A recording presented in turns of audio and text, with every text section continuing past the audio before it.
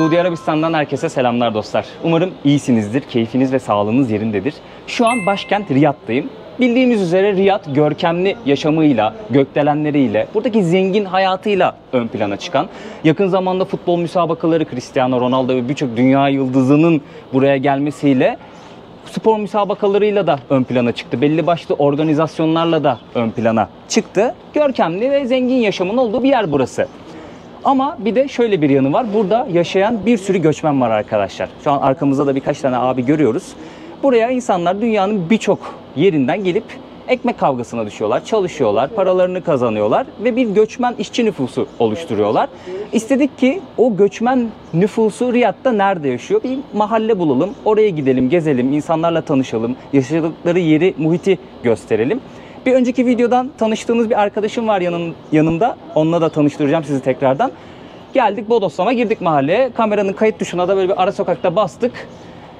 Gezmeye başladık. Genelde bu tarz yerleri şey olarak kullanıyorlar. Nasıl diyeyim? Araba park ediyorlar, çöp atıyorlar filan. Mesela köşede çöpler var, bazı atıklar var. Ve duvar yazılarını burada çok sık görmeye başladık. Garip garip duvar yazıları var. Orada Bağdat Sniper yazıyor. Başka işte silah işaretleri filan var garip garip. Ve Çukur dizisinin işaretini gördük burada. Aslında burada videoya başlamak istememin sebebi de bu. Türkleri bu bölgede bayağı seviyorlar. Hani bu bölgede dediğim bizim dizilerden kaynaklı olarak çok seviyorlar. Türkiye'den geldiğimizi duyunca da böyle şey, hoş geldin kardeş filan muhabbeti dönüyor. Çukur'un işareti de hemen duvarda. Burada Jamaika bayrağı var, Brezilya bayrağı var. Burası garip bir yerde, o yüzden videoya burada başlamak istedik. Şöyle aşağı doğru inelim, orada şeyler de var, tuhaf mahalleler de var. Biraz daha böyle Riyad'dan beklemediğimiz görüntüler aslında bunlar. Riyad'ın bilinmeyen yüzünü ben göstermek istiyorum sizlere. Kaç? 36 milyon insan yaşıyor arkadaşlar Suudi Arabistan'da aşağı yukarı. Ve bu 36 milyon insandan 13 milyon 15 milyon civarı, yani yaklaşık %30'luk bir kısmı. Bu arada bir kadın geçiyordu da burada kadınları hani çok fazla videoya almamaya çalışıyoruz. Buna çok dikkat ediyorlar. Biz de dikkat ediyoruz doğal olarak. Kimseyi rahatsız etmek de istemiyoruz. Bu civarda bir göçmen nüfus var. Tabi burası başkent olduğu için ve buraya çok fazla yatırım yapıldığı için burada da belli başlı noktalarda Riyad'ın göçmen mahalleleri kurulmuş durumda. El Batha'da bunların aslında başında ve en bilineni olarak diyebilirim burası. Şu köşede bir tane çöp var, abimiz bir şeyler bakıyor oradan ama şu mahalleye girelim mesela. Genel itibariyle Hindistan, Bangladeş ve Pakistan.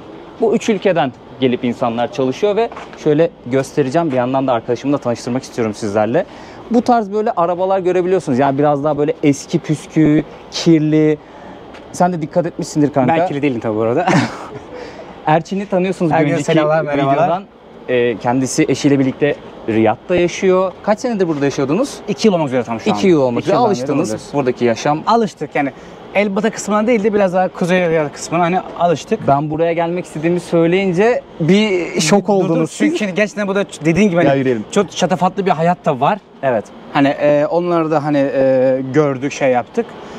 Bir de bu şekilde bir hayat var ama tabii normal abi. Dünyanın her yerine bugün Dubai'de gitseniz, Katar'a da gitseniz göçmenlerin yaşadığı, özellikle Bangladeş, Pakistan ve Hindistanlı göçmen çalışanların yaşadığı bu tarzda yerler çok fazla var. Kendi kültürlerini aslında buraya taşıyorlar. Evet aslında evet, kendi kültürlerini buraya yaşıyorlar. Mesela buradaki bakkal, restoran tamamen onların kültürlerine ait. Aslında bu iyi bir şey, kötü bir şey değil. Evet. Hani tabii şunu söylemek istiyorum. Burası ne kadar böyle çok eski püskü gibi gözükse de abi tehlikeli bir yer değil. Yok, asla tehlikeli yani diyemem. kesinlikle. Buradaki insanlar çok sıcakkanlı bu arada. Kesinlikle öyle. Özellikle Türkiye'den geldiğinizi söylediğin zaman abi insanların bize nasıl yaklaştığını gördün. Evet. Kameraya, ya kayıda başlamadan önce kameranın sesini deniyorduk. Birileriyle karşılaştık, hani çay içmeye gelin, misafirimiz olun falan diye böyle bizi davet ettiler. Osman Gazi izliyoruz dedi. Evet. Türk dizileri, o yüzden Çukur'un işaretini mesela yapmışlar. Türk dizilerini izliyorlar. O yüzden Türkiye'ye ve Türklere aşinalar. Biraz bizi böyle arkadaş olarak, kardeş olarak görüyorlar, o sebepten dolayı. Direkt brother deyip hani yarışıyorlar. Yani özellikle Pakistanlılar bize çok hani samimi davranıyorlar gördüğün gibi. Abi bu şekilde hani burası Elbata kısmı. korktum. 36 milyon Suudi Arabistan nüfusu var. 8 milyon civarında Riyad'ın nüfusu var ve her geçen gün Riyad'ın nüfusu artıyor. Abi çok fazla burada yatırım alan bir şehir artık Riyad. O yüzden aslında buraya bu göçmen mahalleleri artıyor burada. Bunun Artıyor. sebebi de işte sürekli bir iş gücü buraya getirmeye çalışıyorlar. Zaten inşaat olayını hani gördüğünüz bir sürü inşaat hani yapılıyor, sürekli büyüyor. Ki şunu söylemek istiyorum. Riyad'ın bence en büyük eksiklerinden bir tanesi abi konaklama. Burada konaklama pahalı. Çok fazla insan var, nüfus yüksek. Fakat konaklama onu karşılamıyor. Çünkü burada çok büyük gökdelenler yok henüz. Yani izin vermiyor. Sadece merkezde. Aynen, sadece merkezde var ve onlar zaten iş yerleri bu arada. Hani konaklama için değil. O yüzden abi iş gücü önemli burada. Tabii o gelen iş gücü için de yeni bir yaşam alanı inşa etmeleri gerekiyor. O Böyle yüzden mahalleler aslında gecekondu mahalleleri Evet. artıyor burada. Dediğim gibi ama hani illaki bir suç oranı, problem, illegal hayat mutlaka vardır. İllaki vardır ama gelip gezebilirsiniz yani burada. Ben bir problem dikkat edin tabii ki her yerde olduğu gibi ama gelip gezmenizde bir sakınca Ama olmaz. yani- Sadece dikkatli bakarlar siz ne yapıyorsunuz acaba burada abi diye. çok, az önce farkında birisi geldi. Korktu Hatta çocuk bizden. sen tam telefonu alacaktın. Çocuk hani silah mı çıkardı, öyle bir korktu yani, bir Evet. şey yaptı ama halbuki şey değil ama normal abi, onlar da sonuçta başka bir ülkedeler. Evet, ya Baktığın buradan zaman. devam edelim. Ya bana açıkçası ilginç geldi. Ya tabii ki şu açıdan ilginç geldi. Şimdi Suudi Arabistan sürekli gelişen bir ülke, zengin bir ülke. Evet. Ve Riyad şehri hep böyle dediğim gibi lüks yaşantısıyla bizim hafızalarımıza kazınan. Şehirde sanki biz böyle çok para akıyormuş gibi, sürekli zenginler yaşıyormuş gibi düşünüyoruz ama, Ama akıyor gerçekten. ya orası var ama bu yönü de var. Şimdi Evet, onu bu yönü de gösterip var. bunu göstermemek Çünkü- olmaz. Abi aynı şekilde mesela burada Pakistan, Bangladeş ve Hindistanlı, Filipinli insanları buraya getiren şirketler var. Kendi ülkelerinden buraya. Onlar atıyorum aylık belli bir paraya anlaşıyorlar buradaki verenlerle. Onlardan komisyon alıyorlar. Onlarla buraya gidip burada iş sağlıyorlar. Aynı zamanda bunlar şirketlerin verdiği evlerde kalıyorlar. Yani bir evde belki 10 kişi, bir yatakta belki 2 kişi yattığı evler var. Mesela bu mahallede gördüğümüz evleri büyük ihtimalle o şirket sağlıyor. Aynen. Ve bu evde dediğin gibi çok kalabalık gruplar yaşıyor. Aynen, çok kalabalık gruplar. Hatta az önce görmüştük, bir eve süreli 15-20 kişi girip çıkıyor. Evet. Küçük bir ev. Yani o şekilde yaşıyorlar. Bu Ee, insanlar da inşaat sektöründe, işte kalifiye olmayan işlerde, hizmet sektöründe, yani aslında bu yandan da şu inşaatı gördüm, yıkılmış bir yer var, oraya doğru geliyorum. Çok böyle kalifiye olmayan işlerde çalışıyorlar. Abi sonuçta şu an çok fazla Suudi yatırım alan ve çok fazla iş gücüne ihtiyacı olan bir ülke haline geldi. Dolayısıyla bu ülkeye hizmet sektöründe insanlar gerekiyor. O Bunlar hizmet bazı sektöründe yurt dışından sağlıyorlar. Aynen. Bazı şirketler bunlara destek oluyorlar. Hindistan'dan, Pakistan'dan işçiler getiriyorlar. Onlar hem burada iş imkanı, konaklama imkanı sunuyorlar, çalıştırıyorlar. Zaten ortalama genelde burada Hindistan, Pakistan, Bangladeşli işçilerin aylık kazancı ortalama 1000 riyal civar, yani 276 dolar civarı. Bu da TL bazında şu an için 10.500 TL yapıyor. Peki bu insanlar geçinebiliyor mu bu parayla buralarda? Abi bu insanlar burada geçinebiliyor mu? Gerçekten bu parayla Suudi Arabistan'da geçinmek zor. Çok düşük bir miktar. Fakat bu insanlar kendi ülkesinde zaten halihazırda ayda 50-60 dolar kazandığı için burada 276 dolar, 280 Yani dolar. günlüğü 1 dolara gibi haberlerde gördüğümüz aynen, aslında doğru. o işçiler gelip Yani buraya. orada aslında 4 ayda 5 ayda kazandığını burada 1 ayda kazanıyor. Abi insanlar buraya geliyor, burada 10 yıl 15 yıl çalışıp ülkeden diyorum daha rahat bir hayat yaşamaya çalışıyorlar. Bu arada burasının manzarası ilginç. Böyle evin çatısını nasıl kapatmışlar böyle görüyoruz. Burası mesela yıkılan bir ev. Yani burada kaç kişi yaşıyordu zamanında onu hiç bilmiyorum. Bastığım yerde çok Biraz daha güvenli dikkatli sayılmaz. ol. Yani şeyi düşünemiyorum ben şu an. Senin bulunduğun yeri bir ev olarak düşünürsek, burası tuvalet gibi düşünürsek, mutfak, tuvalet, buraya 8-10 kişi nasıl sığıyor acaba? Bence daha fazla sığıyordur buraya, sen merak etme. Kanka yalnız seni gören bir çekiniyor burada. Kaslı kaslı. Ya yok be abi. Biz de deriniz, anladın mı? Hani biz deriniz. Bizim de var Bakıyor bir bana bağlantılarımız. bakıyor, bir Erkin'e bakıyor. Güzel yapıyor, kas işareti yapıyor. Girdik bir çay aldık abi. Biliyorsun ben sütlü çay çok severim ama süt kullanmıyor. Böyle ne denir? Süt kreması gibi bir Süt şey kreması kullanıyor. gibi. Çocuk anlamadı. Bak çayı anlamadılar. Açtık çeviriden yapacak bir şey yok. Çeviriden konuştuk. Çeviri falan kullanmak için bu arada hani biz konuşuyoruz, onlar Google çeviriden konuşuyor. O şekilde anlaştık. O da internet gerekiyor arkadaşlar. Bir de burası hakkında birazcık araştırma yaptık. Şimdi benim kafamda bir iki soru var ama belli bir yere kadar öğrenebildik. Araştırıyoruz, olmuyor. Google'a yazıyoruz, bir şey yapıyoruz. ChatGPT'den de tabii ki de bilgiler aldık. Ama onun için de ne yaptık? Tabii ki de internete bağlandık arkadaşlar. İnternete de nasıl bağlandığımı biliyorsunuz son seyahatlerimde. Japonya seyahatimden bu yana Esimoya sayesinde internete hızlı ve güvenli şekilde bağlanabiliyorum. Bildiğimiz üzere Esimoya ile 180'den fazla ülkede internete kolayca erişebiliyoruz arkadaşlar. İstersek bir internet paketi satın alıyoruz, onu kullanıyoruz. İstersek bakiye yüklüyoruz, kullandığımız internet kadar ücret ödüyoruz. Diyelim ki bir bakiye yükledik ama arttı. Bir sonraki seyahatimizde gittiğimiz farklı bir ülke olsa dahi o kalan bakiyemizi kaldığımız yerden kullanabiliyoruz. Esimoya'da bir de OneSIM özelliği var. Bu çok güzel bir özellik. Esimoya'daki bu OneSIM özelliği sayesinde sadece bir kere kurulum yapmamız yeterli. Daha sonrasında biz hangi ülkeye gidersek gidelim, gittiğimiz ülkede biz internetimizi açtığımızda Esimoya bizi o ülkedeki en iyi operatöre otomatik olarak bağlıyor ve internetimizi kullanmaya başlıyoruz. Burak 2 kodunu iObakiye kısmından yazarsanız $2'lık bir hediyeye sahip olacaksınız. Tüm detayları açıklamaya bıraktım. Oradan incelersiniz. Büyük kolaylık. Yani ben seyahatlerimde kullanıyorum. Çok büyük kolaylık. Sizlere de tavsiye ederim arkadaşlar. Çay nasıl? Doğrusunu söylemek gerekirse çok da... Ben de beğenmedim. Ben de beğenmedim. Ziyan olmasın diye içiyorum ama o Bahreyn demişim.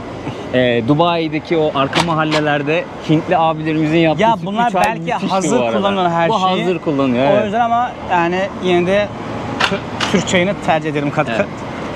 Hintlerin yaptığı sütlü çay daha güzel oluyor bu arada. Abi, Çünkü harbiden sütü kaynatıyorlar. ya şimdi doğru ya Hintlerin yemekleri ben çok seviyorum. Özellikle chicken masa falan mükemmel ama çaylarını ben alışamadım halen daha. Bir tane arkadaşla tanıştık da şimdi evin içini bizlere gösterecek. Şöyle Bangladeşli bir kardeşimiz. Yaşadıkları yer burası. Burada bir tane motoru var. Yaşadıkları yer burası arkadaşlar. İçme suyu var, buzdolapları. Burada odalar var. Her odada dediğim gibi yani birkaç kişi yaşıyor. Gördüğünüz gibi evin arka tarafına doğru geçiyoruz. Burası mutfak. Burada ışık var. Burası mutfak. Burada yemeklerini filan pişiriyorlar. Yani çok hijyenik olduğunu söyleyemem açıkçası ama bu insanlar bu şartlarda yaşıyorlar ve kazandıkları paranın çoğunu saklıyorlar, biriktiriyorlar, ailelerine gönderiyorlar. Bu şekilde bir hayat sürüyorlar. Burası yukarı çıkıyor. Şuraya da bakalım. Burası da tuvalet banyoları arkadaşlar. Yıkadıkları Burada silip. kıyafetleri burada kurutuyorlar. Sağ olsun arkadaşla birazcık sohbet ettik de evi ziyaret edebilir miyiz diye rica ettik. Sağ olsun bizi gezdiriyor şimdi. Türkiye'den geldiğimizi öğrenince şey yapıyorlar, biraz daha böyle sıcak karşılıyorlar. O yüzden böyle teklifler sunabiliyoruz. Abimiz şimdi bize kaldığı yeri gösteriyor arkadaşlar. Burada 4 tane yatak var. Bir tane böyle ranza var. 2 tane de burada yatak var. Burada yaşıyorlar. Eşyalarını görebiliyorsunuz. Kıyafetlerini buraya koymuşlar. Bir tane aynaları var. Yaşadıkları koşullar bu şekilde. Tencereleri, tabakları vesaireleri var ve ortak tabaklardan, tencerelerden hani yemeği hazırlıyorlar. Böyle koyuyorlar herkes. Genelde kültür elle yeme. O şekilde yemeklerini yiyorlar. Daha önceden de şahit olduğum için biliyorum. Genelde Burada, pirinçle besleniyorlar. Evet, pirinçle besleniyorlar. Buzdolabı var. Kıyafetler orada. Bir tane vantilatör var. İçerisinin çok sıcak olduğunu söyleyemem. Birazcık serin. Çatı kapanmış bir şekilde üstü. Bunu da şeyle kapatıyorlar. Metal sacla kapatıyorlar. İçeri hani bir şey girmesin, toz girmesin, su girmesin vesaire diye. Şöyle göstereyim arkadaşlar. Yataklarının da çok rahat olduğunu söyleyemem bu arada. Yani bayağı sert. Alt tarafta eşyaları var, valizleri falan var. İnsanların yaşadıkları koşullar bu şekilde. Evler hep bu şekilde arkadaşlar. Kerpiçten. O yüzden o girdiğimiz evin içerisi de serindi yani. Kerpiçten ev genelde burası çöl bölgesi olduğu için serin tutuyor içerisini. Abi dışarısı sıcaksa içerisi daha soğuk, dışarısı soğuk içerisi daha sıcak oluyor. Artık nasıl bir özelliği varsa kerpiçin. Bir daha burada deprem Hep riski de yıkık yok. ama ya, fark ettin mi? Böyle Evet, bazı böyle çok mahallelerde bayağı bir yıkık dökük bina ve boş arsa var. Çok fazla arsa var. Abi zaten bu arada Suudi Arabistan'ın kendi yüz ölçümü çok büyük zaten. Çok büyük bir Evet. ülke ama topraklarının büyük bir kısmında kullanamıyorlar. Çünkü çöl. Çöl. Bakma burada aslında şehirde çöl Abi ama çöl. burayı niye seçip acaba şehir kurdular ya? Ne Riyad'da yani bu bölgede ne vardı da gelip buraya şehir kurdu? Yani hiç bilemiyorum. Suudi Arabistan'ın ilk başkentlerinden bir tanesi Diriyah. Diriyah. Diriyah denen bir bölge var. Belki orada hani gidebiliriz ilerleyen zamanlarda. Orası buranın ilk başkenti. Daha sonra işte Riyad Riyad Emirliği falan var zaten. Yani Emirlik tarihte. emirlik mi burası da yoksa? Yok, burası tek başına ülke. Şey gibi değil. Birleşik Arap Emirlikleri değil. gibi değil. Değil. Abi Suudi orada Arabistan da tek başına. Orada da göçmen mahallelerini gezdim. Bura daha sıkıntılı ya. Gerçi orada da sıkıntılı. Ya sıkıntılı derken böyle pislik ve yaşam koşulları açısından sıkıntılı diyorum. Yani zorluk açısından insanları doğru, düşündüğüm için. Ya Orta Doğu'nun tamamı böyle aşağı yukarı ya.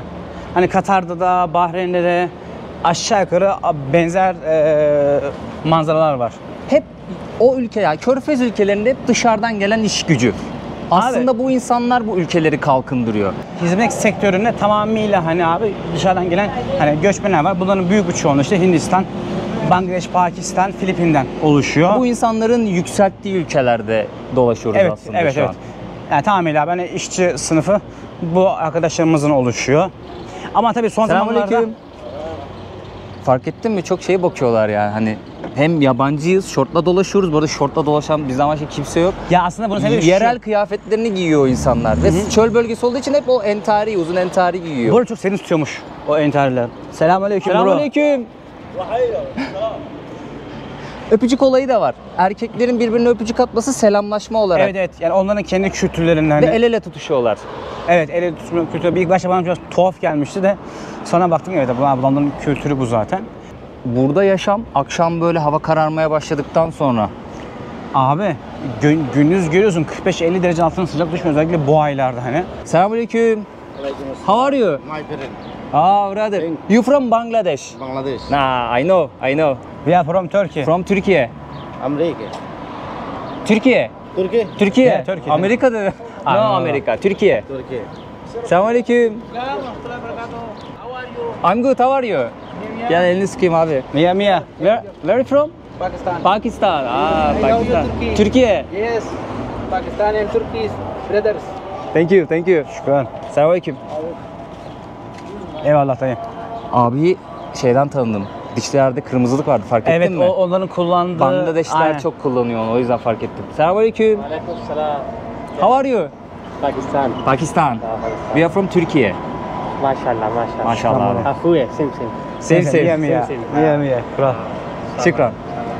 Fark ettiysen yeah we walk. Yürüyoruz YouTube abi. channel. İnşallah. Abiler camiye gidiyor. Aynen. Mesela o ziyaret ettiğimiz evlere benzer evler var ve iş yerleri var aynı zamanda. Şöyle abilere selam verelim bir yandan. Çok fazla terzi ve laundry var burada bu arada. Fark ettim. Çok fazla elbise satan dükkan da var aynı zamanda. Büyük ihtimalle dediğin gibi dikiyorlar burada ve bir yere toptan gönderiyorlar. Orada da etiketi basılıyordur, satılıyordur. Abi şundan bahsedeyim bir de. Burada şu anda Gel buradan girelim abi. Haziran'dan Eylül'e kadar gündüzleri saat 12 ile 3 arasında açık alan işçilerin çalışması yasak. Açık alanda çalışmıyorlar. Evet. 12'den 3'e 3'e kadar. kadar. Çünkü- Haziran'la Eylül arası. Yani Haziran Eylül arası abi çünkü aşırı sıcak. Yani gerçekten hani adam düşüp bayılır yani. O yüzden 40 abi ülke, derecenin üstüne çıkıyordur diye tahmin ediyorum. yani 40 derece bence iyi bir derece oluyor. Harbi mi ya? Yaz zamanında 50 dereceye falan buluyor yani bir de o sıcaklardan. O yüzden abi mesela burada bazı dükkanlarda sabah atıyorum 8'de açılır abi 12'ye kadar. 12'de kapanır. Akşam saat 4'ten 5'e sonra bir daha açılır.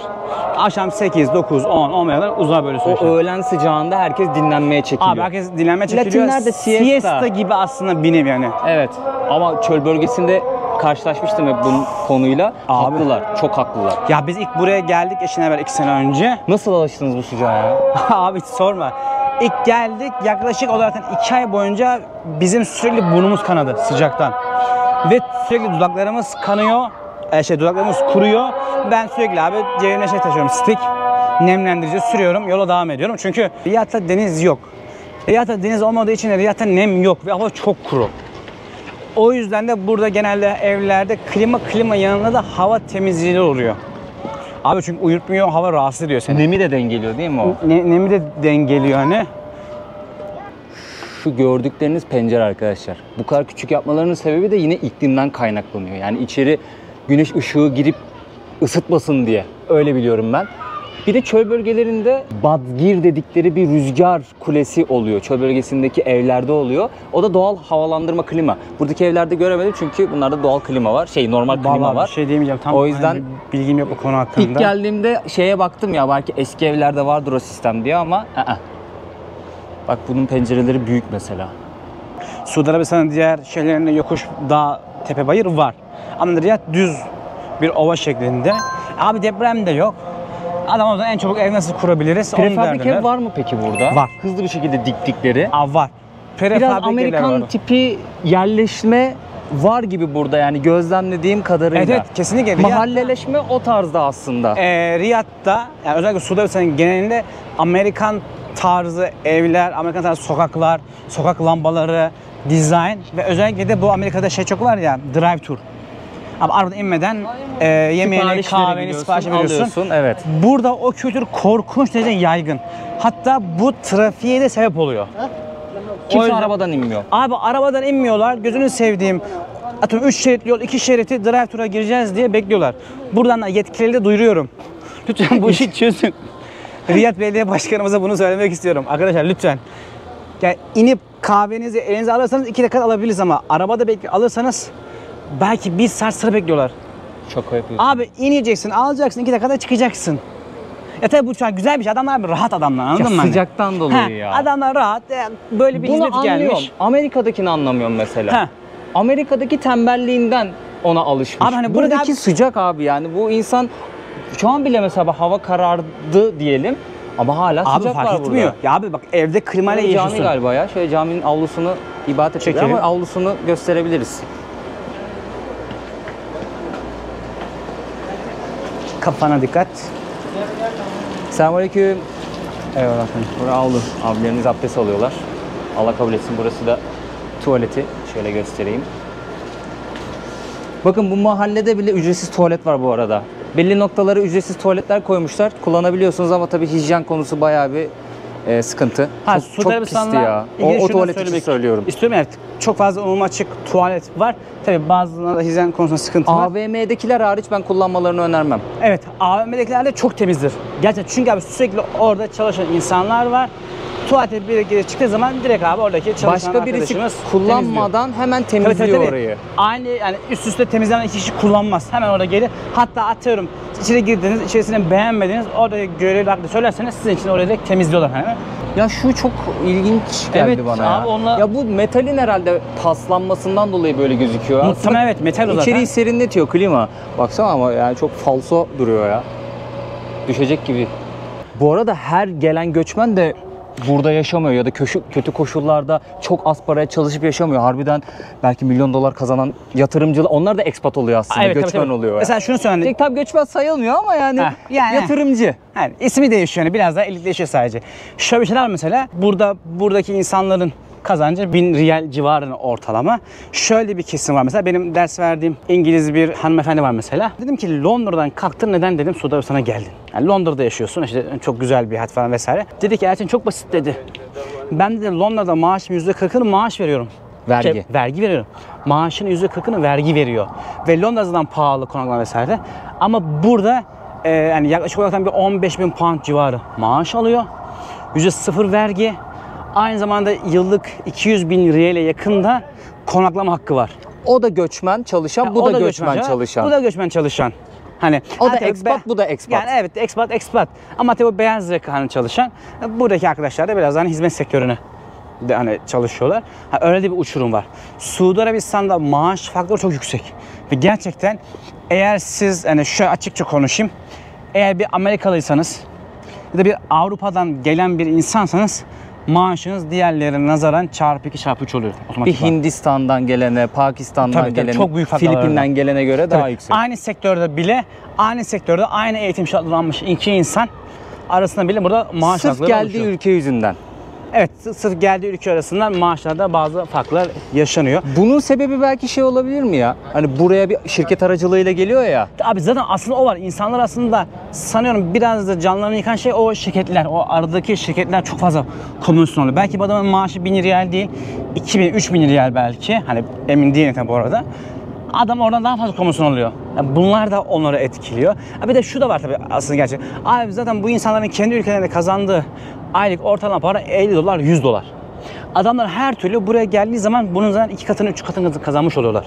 Yani böyle de bir kıyaslama yapılabilir. Şimdi buraya İngiltere'den gelmiş bir adam İngiltere'de 5000 pound alıyorsa o da doğal burada 2 katına çıktığında 10.000 pound almış oluyor. Burada tabii vergi yok, Tabii, konut. tabii. yardımı vesaire Tabii, her konut şey olduğu yardımı zaman var, o para sağlık cebine sigortası kalıyor vesaire. aslında kişisel harcaması Tabii dışında. tabii kesinlikle. Bu cami mi? Abi cami, evet cami. Farklı bir tasarım ama çok güzel yapmışlar ya. Dışarıdan cami olduğunu anlamam biliyor musun? İçeriye ezan okundu ya, içeriye doğru yürüyorlar. Abi ben de Oradan anladım. ayakkabılı Ayakkabılara görünce, baksana. ben ayakkabı görünce anlayacağım olduğunu. Şuradan göstermek istiyorum ya. Ayıp olmaz inşallah. Al-Kari Mosk. Selamünaleyküm. Havayı kararttık. İyi yaş abi. İnsanlar da çoğalmaya başladı ya, sokaklara çıkmaya başladı. Yap Türkiye. Turki? Ha Türkiye. Bien, bien. Elhamdülillah. Enta. يلا تفضل تفضل يلا. Abiler bizden şüphelendi bu arada. Bizden şüphelendi Hayırdır dayı. ya bunlar? Bir selam verdik ama. Ya biraz aşağı yapacak ama video konusuna geç abi, adam direkt eve çağırıyor, gördün mü? Hani Evet, yani çay kahve içmeye falan çağırıyor. Ama tabii fark ettiysen bazı insanlar kamerayı görünce hayırdır. Yani niye, bu ne? Siz niye video çekiyorsunuz? Abi aslında şunun sebebi şu. Suudi Arabistan'da çok fazla aslında yapılmış buraya YouTuber gelmiyor, tamam mı, senin gibi. Ha, çok fazla video yok. Artık yeni başladı. Şu son bir yıldan beri vizelerin burada online vize dönmesi Türkiye'ye Evet, vesaire. online vize çok büyük avantaj bu arada. Abi o yüzden insanlar kameraya alışkın değiller. Evet. Ama hoşlarına gidiyor, ama seviyorlar yani adamlar. Evet. Sabahtan beri gördüğüm insanların hemen birçoğu bizi evine davet etti mesela. Evet. Ya su getireyim, bir şey vereyim hani. Kamera açık ya da kapalı fark etmeksizin Bunu çok yaşadık. sürekli bir misafirperverlik durumu var ama az çok o bölgeleri bilenler bunun normal olduğunu, onların kültürü olduğunu bileceklerdir. Onlar şaşırmayacaklardır. Şurada arka tarafta bir tuvalet var. Umumi tuvalet. Hemen yan tarafta park var. Genelde orada oturup sanırım böyle piknik tarzı bir şeyler yapıyorlar, vakit geçiriyorlar ailecek. Fark ettin mi? Burada bile sağlı sollu her yerde araba var ya. Abi araba ucuz. Abi bu ülkede araba ucuz. O da Araba sürpriz ucuz olsun. olduğu için de. Belki söz vermiyorum ama belki bir araba, çünkü lüks araç konusunda bura bayağı şey Görebileceğin yani. en lüks segmenti burada Evet. görebilirsin. Dostlar bu videoluk bu kadar olsun. Abi ağzına sağlık. Ben teşekkür ederim. Çok sağ olasın. Müsaadenizi isteyelim. Biz burada kamerayı kapatacağız ve artık biraz dinleneceğiz. Dinleyelim, ve yemek yiyelim. Yemek yiyelim, acıktık. İzlediğiniz için çok teşekkür ederim. Göstermeye çalıştım buradaki göçmenlerin oturduğu mahalleyi, yaşamlarını. Sağ olsun bir arkadaş evi de gösterdi. Durum budur burada. Herkese Ve bu arada tamamen kurgusuz, spontane bir evet. oldu. Gerçekten buna ben şahidim yani. Yani- Ama güzel de oldu yani. evet, umarım keyifle izlemiştir herkes. Teşekkür ediyorum tekrardan. Bir sonraki videoda görüşmek üzere diyeyim. Kendinize çok iyi bakın. Adios amigos.